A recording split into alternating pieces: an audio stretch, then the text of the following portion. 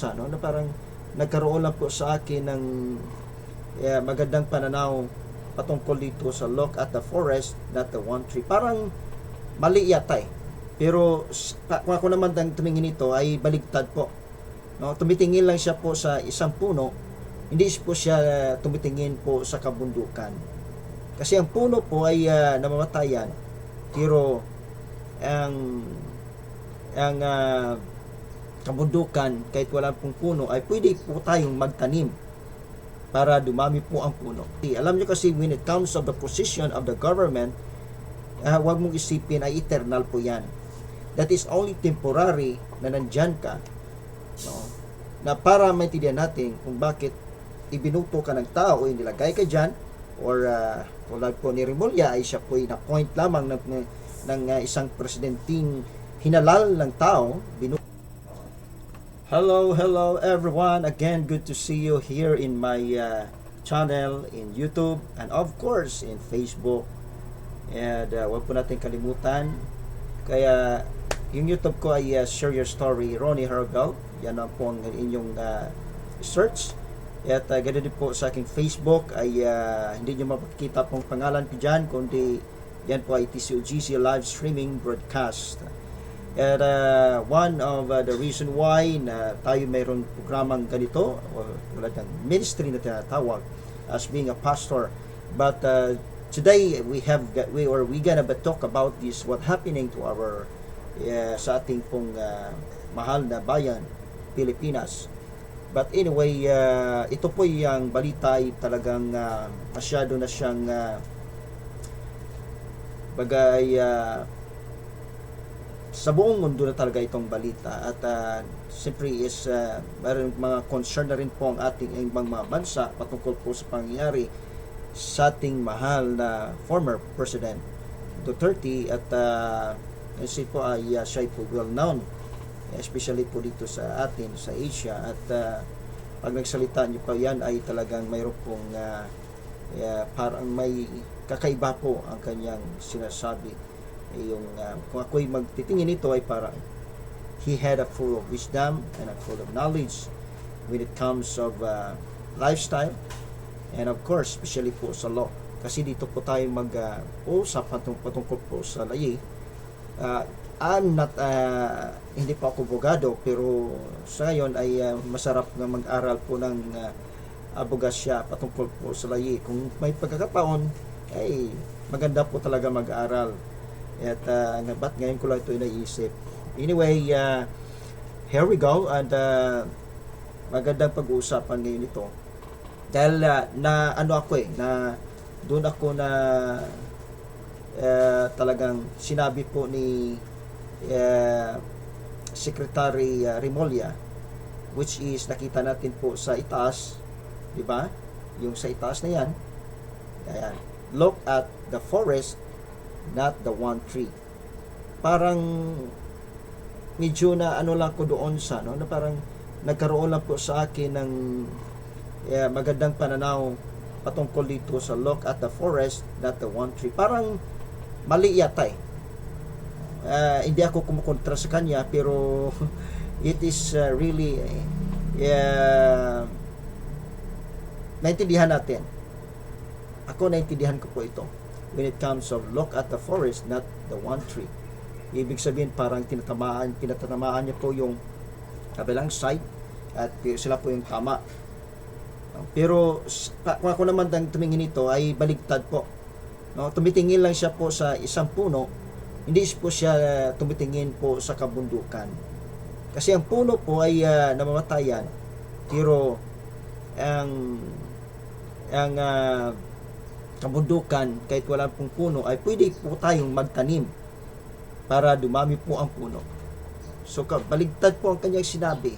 Hindi yun nagsabi ko kasi. Alam nyo kasi, when it comes of the position of the government, huwag mong isipin ay eternal po yan. That is only temporary na nandyan ka, no?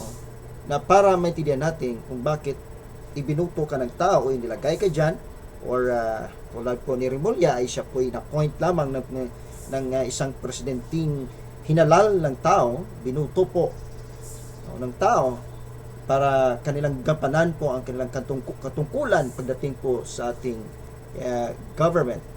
So, yun po ay ating pag-uusapan yan at ating pong bigyan ng diin patungkol po sa ating sitwasyon ng ating mahal na bansang Pilipinas. Okay? So,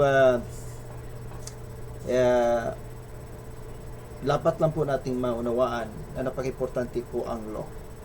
Kasi pag sinabi pong law ay according to the Article 3 of Civil Code, which is, sabi po dyan, is the principle of ignorance of the law, excuse no one. See? Hindi ibig sabihin na hindi ka abogado ay wala kang alam po pagdating po sa law. Hello? Diba? So, dapat po talagang may alam po tayo sa law para hindi ibig sabihin na abogado tayo, hindi po tayo pwedeng wala na tayong alam sa law. Kaya dapat po mayroon po tayong alam at the same time po, kaya nandyan po yung law na binigay sa atin. Katulad yun ng tatlong klaseng power sa ating Pilipinas. Mayroon pong judicial, executive, and legislative. Okay? Pag sinabi po nating judicial authority and nandyan po sa hukuman at pinakataas na hukuman ng Pilipinas at din po ang sinasabi po nating legislative ay nagmumula po sa ating mga senators. Binuto po yung 24 senators just to comply the legislative or yung law na yan para po magkaroon po ng kapangyarihan din. Kaya din po sa ating executive power, which is from the president, was elected by the people of the Philippines upang siya po umupo dyan at kanya pong asikasuhin at alamin po kung ano po yung law. So ang law po ay napaka-importante po malaman natin. Hindi po tayo mga abogado, kasi narinig ko po sa isang balitang isang reporter na marami na po nagpa-abogado. Wala namang problema yon eh.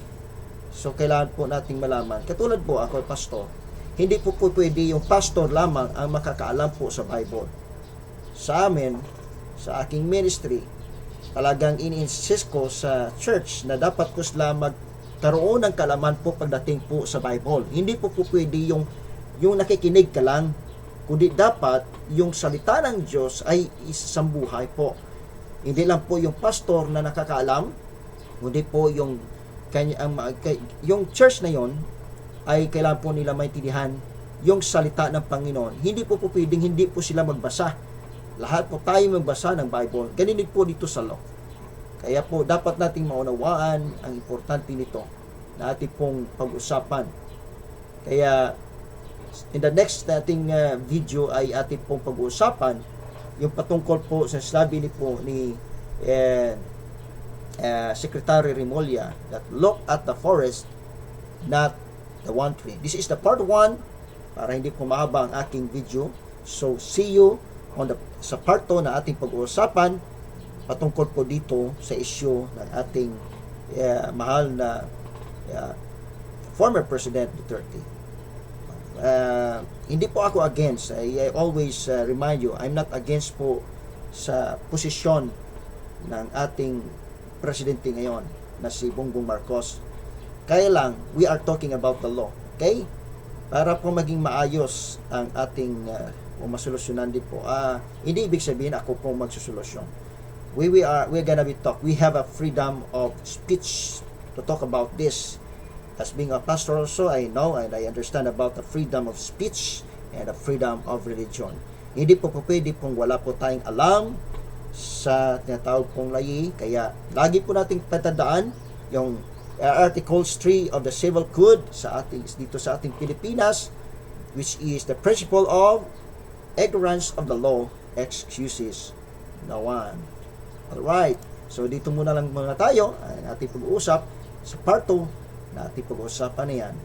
See you again on the next video. Kaya huwag kalimutan po mag-subscribe, mag-like at comments sa o kaya sa YouTube po at dito rin po sa Facebook kay sa TCGC live streaming broadcast. So maraming salamat po. This is Pastor Ronnie Harabel of the Church of Jesus Christ Philippines Acts 38. Naway pagpalain po tayo ng ating Panginoon. Naway sumagana ang biyaya ng Diyos sa ating lahat. Pagpalain po tayo. Again, see you sa part 2 na ating pag-uusapan. Look at the forest, not the one tree. Bye-bye. God bless everyone.